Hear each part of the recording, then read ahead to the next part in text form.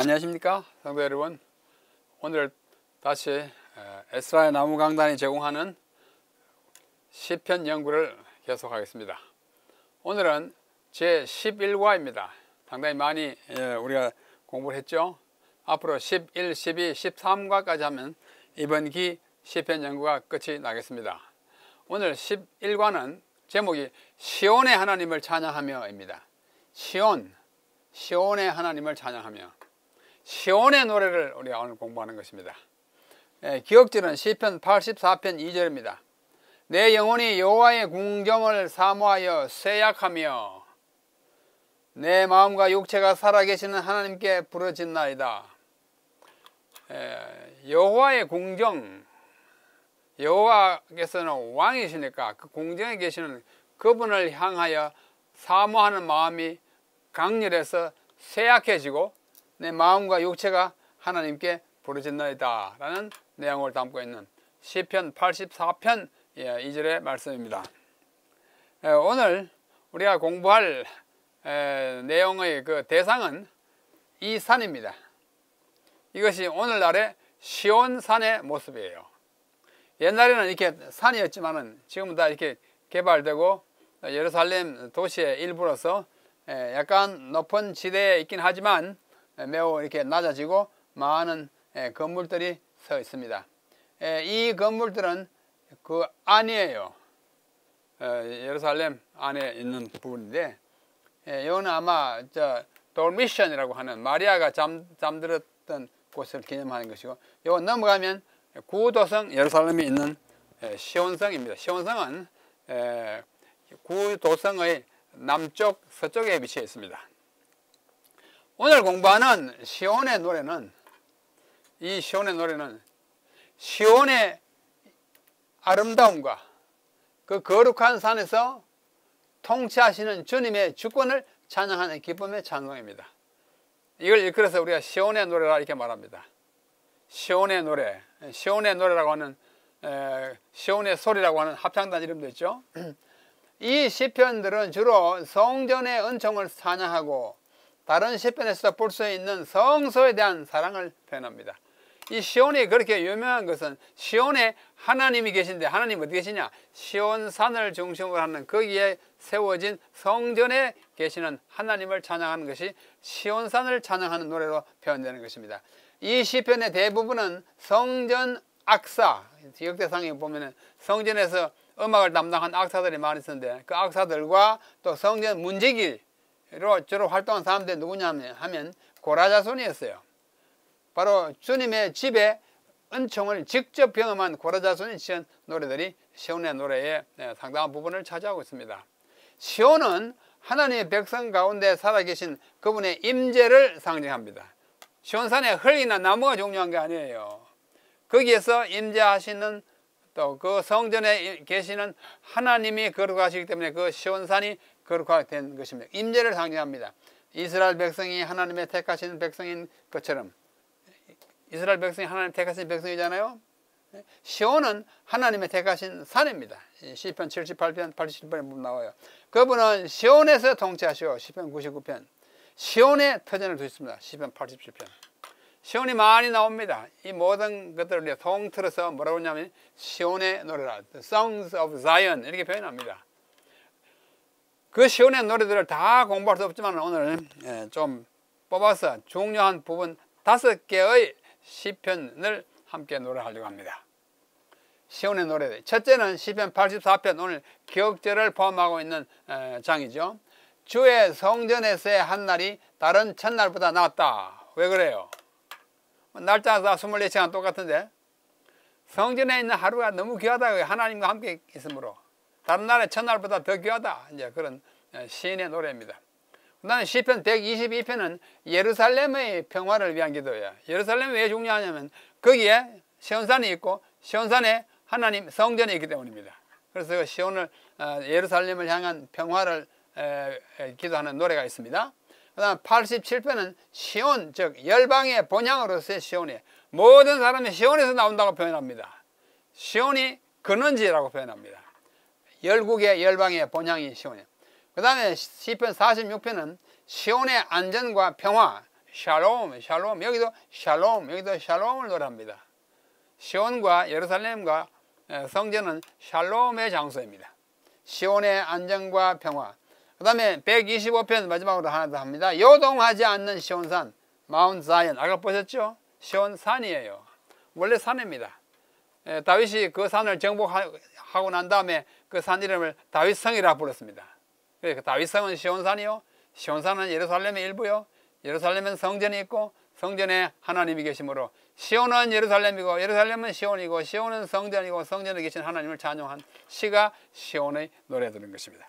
자, 84, 122, 87, 86, 46, 125를 주로 하여 우리가 공부를 계속 하겠습니다. 첫째, 시편 84편, 오늘 기억절을 포함하고 있는 것이죠. 주의 성전에서의 한 날이 다른 첫날보다 나았다. 좋다 그거예요. 여러분, 사랑하는 사람과 또 보고 싶던 친구와 같이 만나는 한 시간은 얼마나 다정하고 아름답습니까? 그렇게 느끼잖아요. 하나님과 함께하는 하루가 다른 날의 첫날보다 낫다 그거예요. 시편 84편 1절로 4절을 먼저 읽어보겠습니다. 이것은 고라 자손의 시 영장으로 깃딧에 맞춘 노래예요. 깃딧이 뭐냐면은 가락 이름입니다. 깃딧에 맞춘 노래라는 시가 시편에 3편 나옵니다. 8편, 81편 그리고 오늘 84편이에요. 깃딧에 어떤 멜로디 이름인데 그 멜로디가 어떻게 흘러가는지는 우리가 알 수가 없습니다. 하여튼 그런 곡조에 맞춰가지고 부른 노래가 시편 84편인데, 만군의 여호와여, 주의 장막이 어찌 그리 사랑스러운지요. 내 영혼이 여호와의 궁정을 사모하여 쇠약하며 내 마음과 육체가 살아계시는 하나님께 부르짖나이다. 이건 기억절이죠. 나의 왕 나의 하나님 만군의 여호와여, 주의 제단에서 참새도 제 집을 짓고 제비도 새끼 둘 보금자리를 얻었나이다. 주의 집에 사는 자들은 복이 있나니 그들이 항상 주를 찬송하리이다. 셀라. 하나님의 집 성소를 정말 이렇게 아름답게 찬양할 수 있는지 정말 아름다운 찬송시입니다. 고라 자손들이 성전에서 문지기로 또는 다른 일을 보던 그 특권을 누리던 고라 자손이니까 처음한 그것에서 나오는 노래인 것입니다. 시편 기자는 성전을 영원한 거처로 삼아서 하나님과 영원히 가까이 있기를 사모하여 쇠약해진다는 정도로 그렇게 사모한다고 말하였습니다.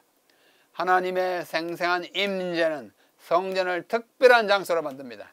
예배자들은 성전에서 여호와의 아름다움을 바라보며 27편, 63편 성전에서 온갖 좋은 복으로 만족할 수 있습니다. 시편 65편 4절 세보자. 아름다운 시들이 참 많아요. 아름다운 대상을 노래할 그 거리를 발견하면 시인들은 아름다운 글을 쓰듯이 성전의 아름다움을 그리고 거기서 느끼는 편안함과 행복을 느끼는 시인들은 이런 노래를 쓸 수밖에 없는 것입니다. 시편 84편에서 하나님을 찬양하며 4절, 그분 안에서 힘을 얻고 5절, 그를 신뢰함으로 12절, 예배자들은 하나님과의 관계에서 비할 데 없는 행복을 얻는다. 여러분 소리 내서 한번 읽어보십시오. 읽으면 정말 하나님 옆에 와 계신 것 같습니다. 하나님 안에서 사는 것이 얼마나 평화롭고 참 감미로운지 간접적으로나마 느끼게 될 것입니다. 자, 좀 이어서 시편 84편 아까 5절까지 봤는데 5절부터 11절까지 또 합니다. 자, 주께 힘을 얻고 그 마음에 시온의 대로가 있는 자는 복이 있나이다. 그들이 눈물 골짜기로 지나갈 때에 그곳에 많은 샘이 있을 것이며 이른 비가 복을 채워주리나이다. 그들은 힘을 얻고 더 얻어 나아가 시온에서 하나님 앞에 각기 나타나리이다. 만군의 하나님 여호와여, 내 기도를 들으소서. 야곱의 하나님이여, 귀를 기울이소서. 셀라. 우리 방패신 하나님이여, 주께서 기름 부으신 자의 얼굴을 살펴보옵소서. 주의 궁정에서의 한날이 다른 곳에서의 첫날보다 나은즉 악인의 장막에 사는 것보다 내 하나님의 성전 문지기로 있는 것이 좋사오니 여호와 하나님은 해요 방패이시라. 여호와께서 은혜와 영화를 주시며 정직하게 행하는 자에게 좋은 것을 아끼지 아니하실 것임이니이다. 만군의 여호와여, 주께 의지하는 자는 복이 있나이다. 여기 제가 파란 색깔을 칠한 이 부분이 바로 이 첫째 소지의 제목으로 되었습니다. 주의 궁정에서의 한날이 다른 곳에서의 첫날보다 낫다. 악인의 장막에 거하는 것보다 하나님의 집에 문지기로 있는 것이 좋다. 옛날에 제가 학교 다닐 때 삼육대학교 수의실에 바로 이 구절을 붙여놓고 근무하는 학생들이 있었습니다. 뭐예요? 악인의 장막에 사는 것보다 내 하나님 성전에 문지기로 있는 것이 좋사오니. 그러니까 정문에서 문지기 노동을 하는 학생을 딱 붙여놓고 굉장히 자부심을 가지고 성구를 외우는 일이 자주 있습니다. 진실로 그럽니다. 거룩한 집에 문지기로 있는 것이 고대 광실 악인의 집에 사는 것보다 더 낫다는 것이 시인의 고백이요 또 우리 모두의 고백이기도 합니다. 하나님의 복은 어디에 나옵니까? 성전에서 비쳐나가는 것으로 되고, 먼저 성전에 섬기는 자들에게 문지기로 있는 사람들이, 그리고 성전을 가는 순례자들에게 찾아오는 예배자들이, 마지막으로 땅 끝까지 뭐예요? 하나님의 복이 퍼져 번져나가는 것입니다. 성전에서 하나님을 뵐 것이라는 기대는 순례자들의 믿음을 굳세게 합니다. 지속되는 피곤한 여행은 여행자를 힘들게 하기 마련이지만 성전을 향한 순례자들은 성전에 가까워질수록 활력이 넘치고 기쁨이 충만해지는 것입니다. 여러분, 이와 같은 경우는 오늘날 한 주일 동안 세상에 생활하다가 안식일이 되어 예배당에 나갈 때 이런 기쁨이 충만하면 정말 하나님의 거룩한 백성의 모습이 아닌가 생각합니다.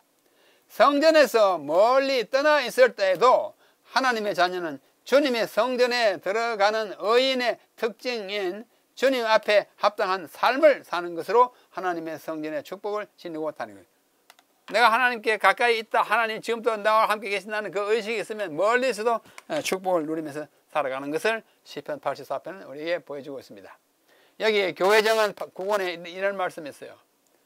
교회를 사랑하시고 정결케 하시는, 교회가, 오늘날 교회는 뭐예요? 옛날에 성전이나 성소와 똑같은 개념은 아니지만 그 개념의 상당한 부분을 물려받았습니다. 하나님을 만난다는 의미에 있어서 하나님이 계시는 곳이에요. 하나님의 교회에 대한 그분의 사랑은 무한하다.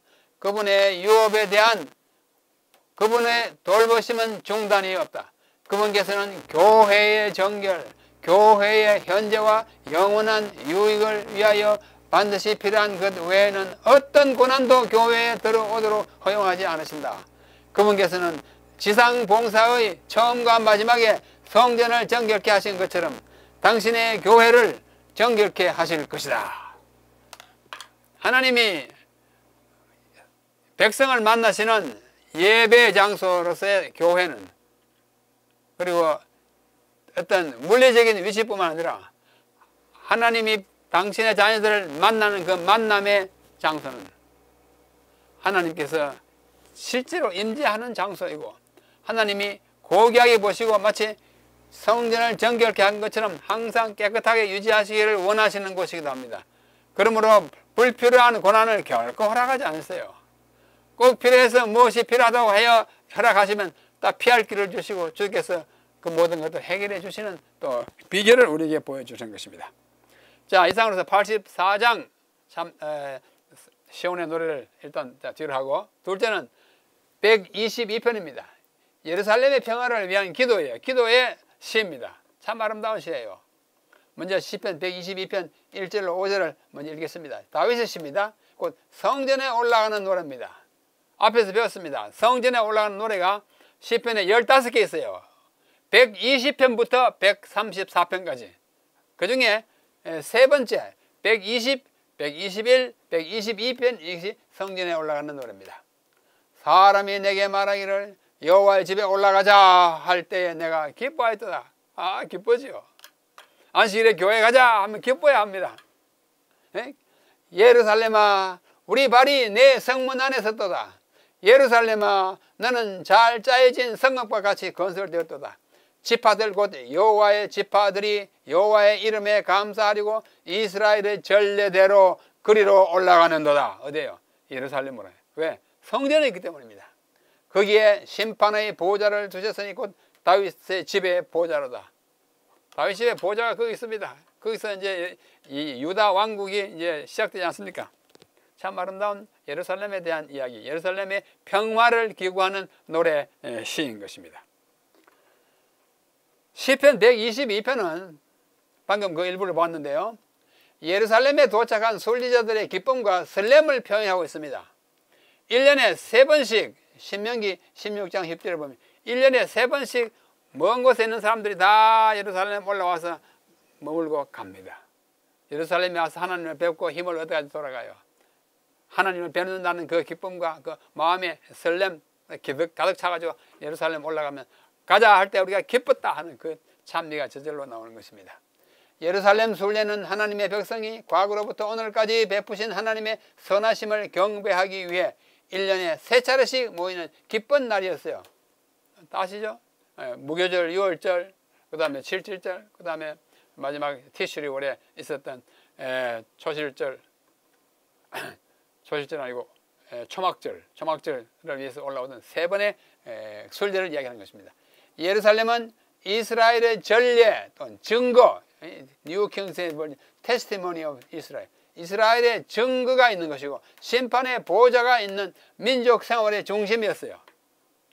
예루살렘을 중심으로 그들이 뭉쳤고 예루살렘을 중심으로 그들이 1년에 3번씩 모였고 예루살렘에서 하나님의 임재를 느꼈고 예루살렘으로부터 하나님의 기별을 듣고 또 나아가서 살았던 것입니다. 중심이에요. 이스라엘의 증거는 때때로 증거의 장막이라고도 불렸고 하나님의 임재의 성소를 가리키는 것입니다. 증거교회, 법궤잖아요. 증거교회가 있던 성소를 가리켰습니다. 심판의 보좌는 예루살렘의 사법제도를 가리킵니다. 거기 오면 심판을 받을 수 있어요. 구약 당시의 왕은 행정자이면서 통치자이면서 동시에 재판관이었습니다. 거기 보좌, 심판의 보좌가 있다고 말했습니다. 따라서 순례의 길은 공의를 구하고 공의를 얻을 수 있는 시간이었고 하나님께 대한 신실함과 사람들에게 공의를 베푸는 일을 결코 물려낼 수 없는 것을 가르쳐 주었습니다. 우리는 뭐 믿음 따로 생활 따로 이렇게 생각하는데 그렇게 하면 안 돼요. 믿음과 생활은 일치돼야 합니다.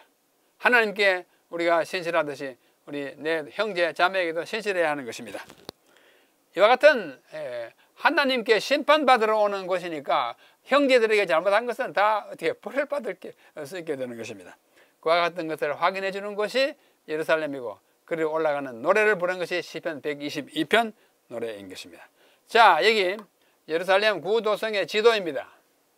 이렇게 생겼어요. 예루살렘 뭐 방문해 보신 분들 많이 있으리라 생각합니다.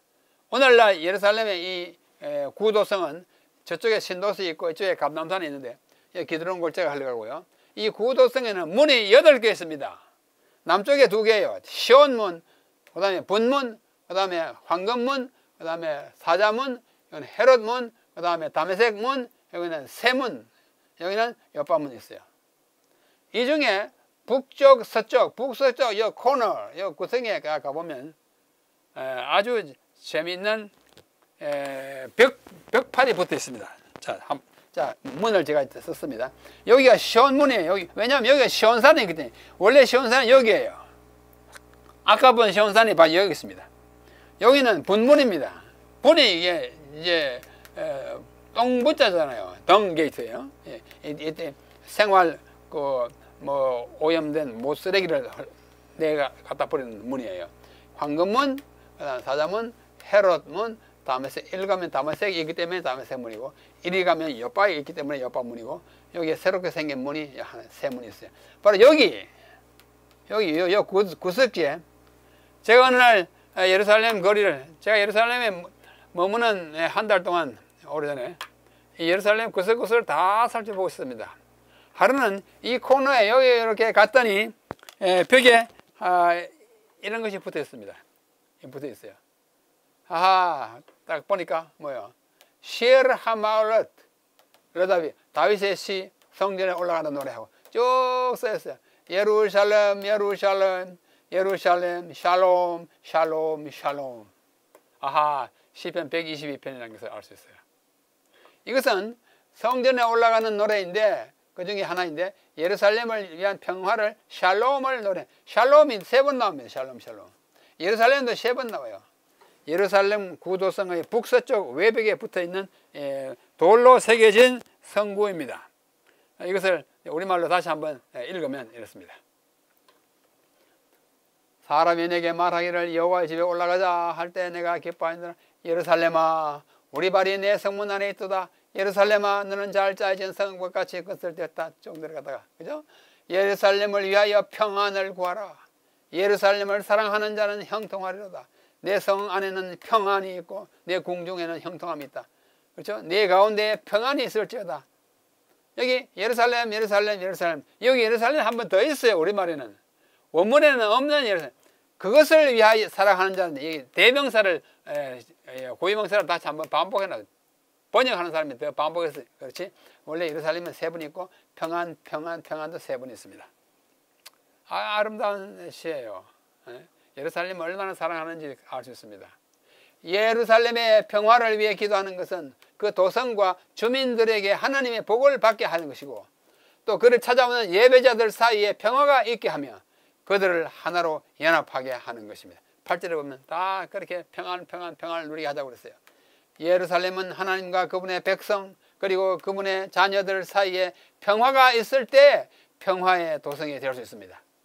사실 예루살렘은 어떤 사람의 통계에 의하면 지난 한 2000 또는 3000년 역사 동안에 적어도 약 70번 주인이 바뀌었다고 그래요.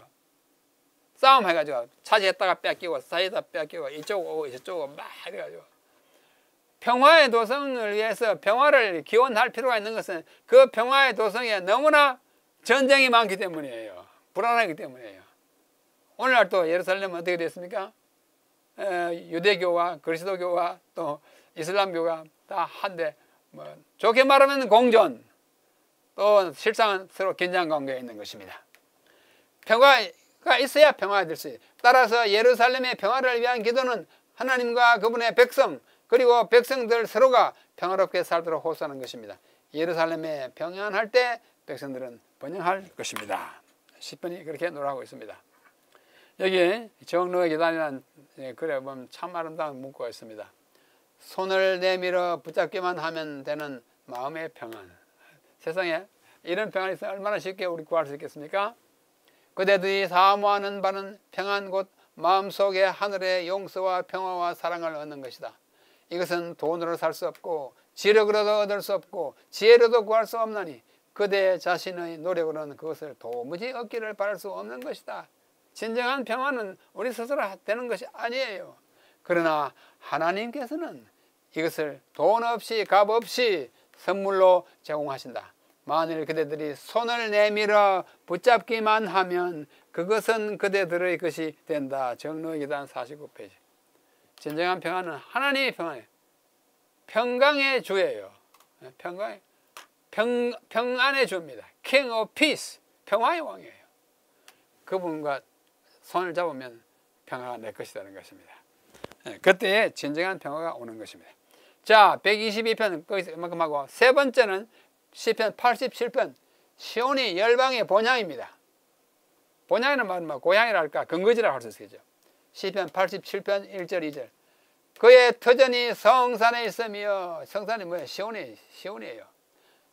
여호와께서 야곱의 모든 거처보다 시온의 문들을 사랑하시는도다. 시온의 문. 시편 87편은 시온이 하나님께서 특별하게 선택하시고 사랑하시는 도성임을 기뻐하는 찬송입니다. 하나님 성전의 기초는 시온산에 있습니다. 시편 2편 55편입니다. 종말에 시온은 모든 산 위에 솟아오를 것이며 예언적으로 이는 온 세상을 다스리시는 주님의 주권을 상징합니다. 시편 87편은 위엄을 강조하기 위해 시온을 산들이라고 부릅니다. 시온의 산들이라고요. 뭐 산 하나지만도 아니라 산들이 있는 것처럼 장엄하게 표현하고 있는 것입니다. 자, 다시 한번 구도성의 지도를 보여드립니다. 아까 문이 8개인데 이 문이 시온문이에요. 이 시온산이기 때문에 시온문입니다. 여기가 이제 성전산인데요. 요거는 모리아산, 원래 창세기 22장에 있는 모리아산. 요거는 다윗이 정복한 시온산, 다윗성 이 자체가 다 다윗성도 되고 시온산도 되고 예루살렘도 되고 성전이 있고 그래서 이곳은 하나님의 임재 장소인 것입니다. 여기 시온문이 어떻게 생겼냐면 오늘날 이것이 오늘날 시온문이에요. 열이 들어갑니다. 여기 많은 흔적이 탄흔이 있습니다. 탄착점이에요. 얼마나 싸움을 많이 했는지 빵빵빵 쏜 총탄이 맞은 자국이에요.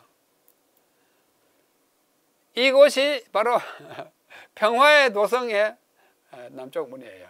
얼마나 전쟁이 참 노골적으로 많이 있었는지, 그래서 그들을 위한 평화의 기도가 필요한 것입니다. 자, 시온산을 다시 한번 보면 아까 본 것입니다. 이 시온산에 나무가 있고, 여기 이제 마가의 다락방이 여기에요. 가야바의 집은 요 아래 있고요. 마가의 다락방 가면 다윗 왕의 기념묘가 있죠. 많이 보셨을 것입니다. 시편 87편 3절로 7절을 읽겠습니다. 하나님의 성이여, 어느 성이요? 시온성.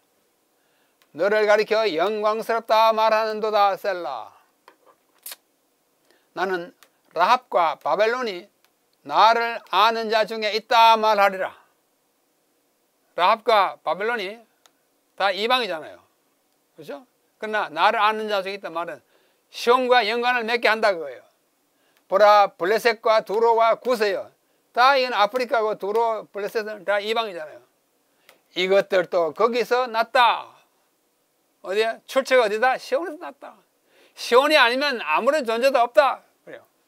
시온에 대하여 말하기를 이 사람 저 사람이 거기서 났다. 시온에서 났다.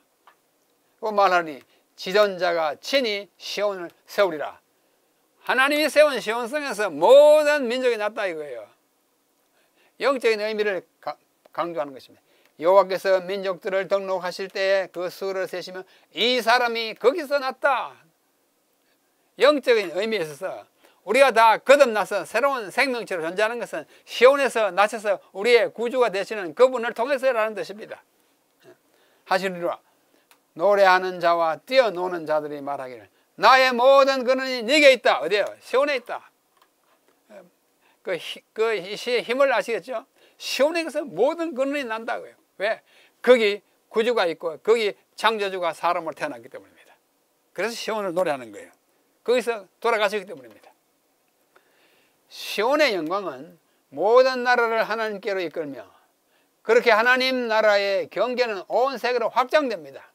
시온이 주님을 구주로 영접하는 모든 민족의 영적 근원지로 묘사될지라도 하나님께서는 다른 민족을 열등한 민족으로 대하지 않으신다는 것을 이렇게 다 같이 그를 믿고 오는 사람들은 똑같은 동등한 하나님의 자기가 같은 민족이 된다는 것입니다.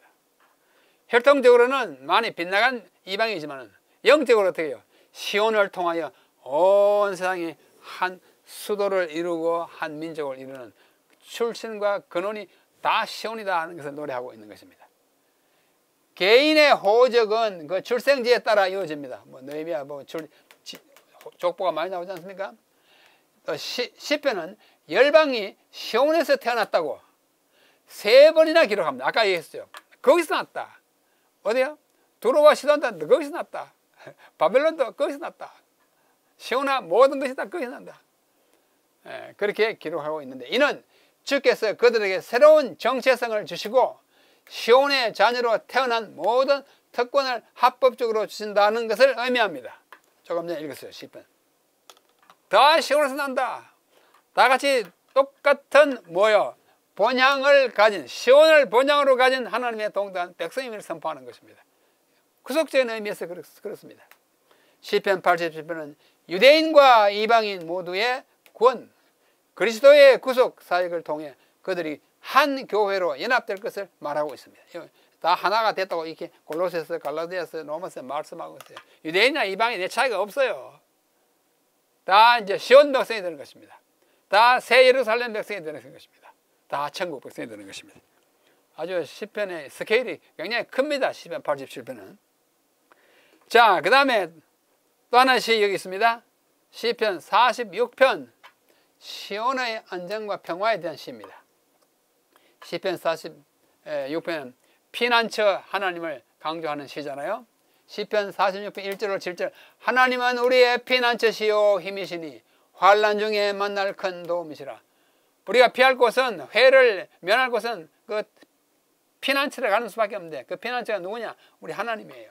그러므로 땅이 변하든지 산이 흔들리며 바다 가운데로 빠지든지 바닷물이 솟아나고 뛰놀든지 그것이 넘침으로 산이 흔들릴지라도 우리는 두려워하지 아니하라. 왜요? 하나님 우리의 피난처이기 때문입니다. 셀라. 한 시내가 있어 나뉘어 흘러 하나님의 성 곧 지존하신 이의 성소를 기쁘게 하도다. 영적으로 참 시온성이 만물의 근원이 되는 것입니다. 하나님이 그 성 중에 계시며 시온성에 계셔요. 성이 흔들리지 아니할 것이라. 새벽에 하나님이 도우시리로다. 못 나라가 떠들며 왕국이 흔들렸더니 그가 소리를 내심에 땅이 녹았도다. 만군의 여호와께서 우리와 함께 하시니 야곱의 하나님은 우리의 피난처시로다. 피난처시로다. 피난처세요. 아름다우십니다. 우리는 어떠한 환난과 어떠한 전쟁 소용돌이가 생길지라도 피난처이신 그분에게 우리가 감싸이면 그분의 앞에 이르면 우리는 보호를 받고 안전을 기할 수가 있게 되는 것입니다. 시편 46편이 그렇게 노래하고 있습니다. 이 시편은 46편은 전례 없는 강도의 자연재해로 혼란에 빠진 세상을 그리고 있습니다. 뭐 물이 나고 방금 봤잖아요. 이 시를. 뭐 강풍이 불고 할지라도 안전하다고 합니다. 요동하는 물은 빈번하게 패역한 나라들과 악인들이 세상에 일으키는 다양한 문제를 의미합니다. 물이 막 소용돌이 치는 것입니다. 시편 46편에서도 자연재해의 모습은 전쟁을 일으키는 나라들이 지배하는 세상을 뜻합니다. 광풍이 불고 물이 막 소용돌이 쳐가지고 없는 것은 전쟁으로 인하여 소란과 불안이 팽배한 이 세상을 상징적으로 말하는 것입니다. 하나님이 거하시는 곳에는 평화가 넘치고 그분은 그의 백성 가운데서 계십니다. 그렇기 때문에 이 나라는 하나님을 모르는 세상을 말하고 있습니다. 이 나라에서 세상에서 우리가 피할 곳 거기가 하나님의 임재인 것입니다. 그러나 세상이 그분을 거부할지라도 하나님은 세상을 버리지 않으십니다. 끝까지 세상을 구원하고자 애쓰시는 하나님의 모습이 나타나 있습니다. 자, 완전한 피난처이신 주님은 시온의 변함없는 평화와 안전의 원천입니다. 시편 46편 3절에 그래도 광풍이 일어날지라도 물이 엄습해 올지라도 뭐 하든지 일지라도는 시온의 안전을 강요. 그렇더라도 시온에서는 안전해. 노아 홍수대처럼 막 뒤집어려도 하나님 있으면 안전해. 피난처예요. 안전해요. 안전을 강조하고 있습니다. 세상은 혼란스러울지라도 뭐 일지라도 뭐 하든지 하나님의 백성은 안전합니다. 그들의 평안은 시련이 전혀 없기 때문이 아닙니다. 하나님은 그분을 신뢰하는 자녀에게 평화의 선물을 주시기 때문에 그분을 전적으로 신뢰할 때 하나님의 자녀는 폭풍우 가운데서도 평안하고 안전할 수 있습니다. 아무 일 없기 때문에 안전한 거는 그건 안전 아니에요. 요동치고 소란스러울지라도 하나님 안에 있는 사람은 안전하기 때문에 그 안전이 참으로 귀한 것입니다. 시편 46편이 그것을 우리에게 말해주고 있는 것입니다.